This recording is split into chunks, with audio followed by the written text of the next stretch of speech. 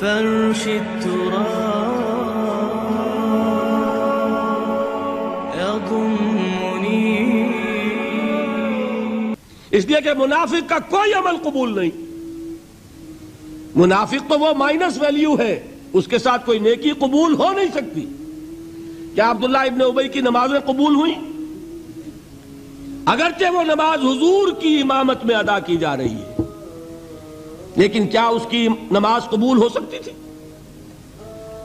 وہ آپ کو یاد ہوگا واقعہ، جب مرا ہے وہ شخص رئیس المنافقین عبداللہ ابن ابی،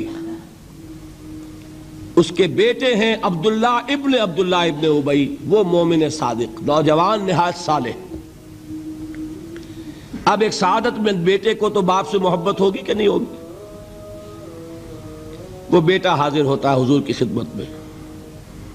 حضور میرے والد کا انتقال ہو گیا، آپ اپنا کرتا عنایت فرما دیجئے تاکہ میں اس کو کفن دوں.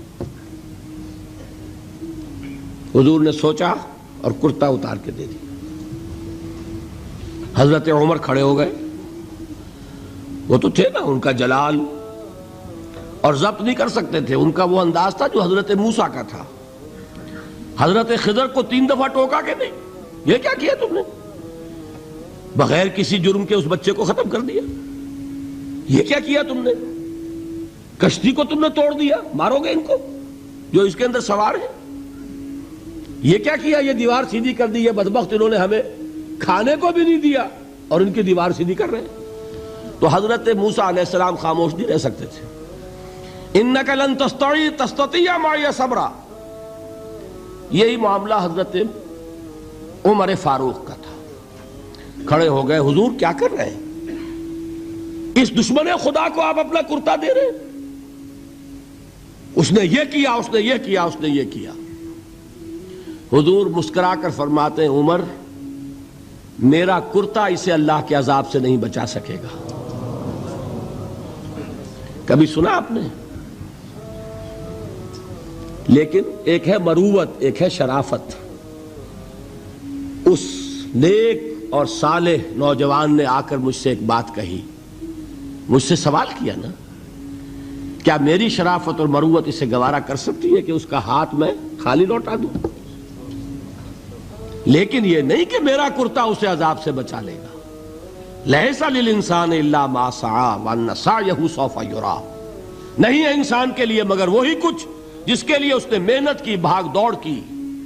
جو کمائی کی ہے وہی ملے گا، اور جو کمائی ہے وہ ضائع نہیں کی جائے گی، وہ دکھا دی جائے گی. یہ ہے تمہاری کمائی.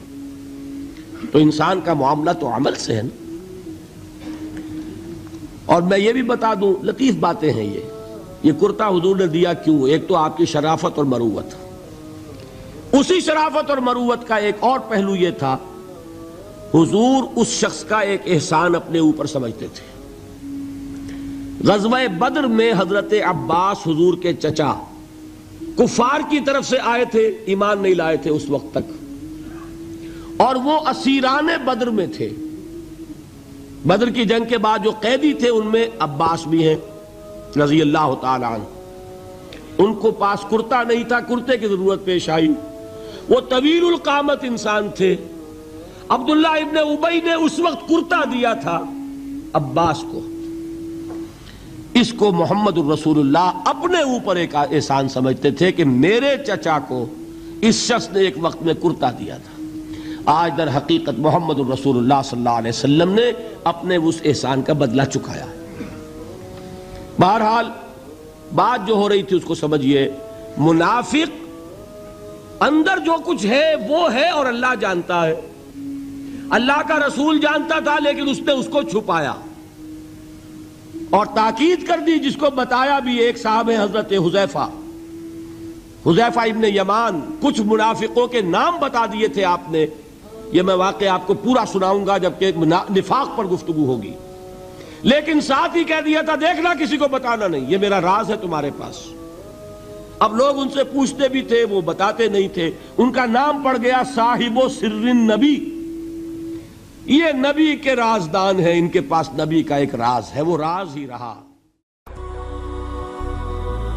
هي الحلقات تحفظني بآيات من القرآن، هي الحلقات تملأني بحب المصطفى العدنان، هي الحلقات تحفظني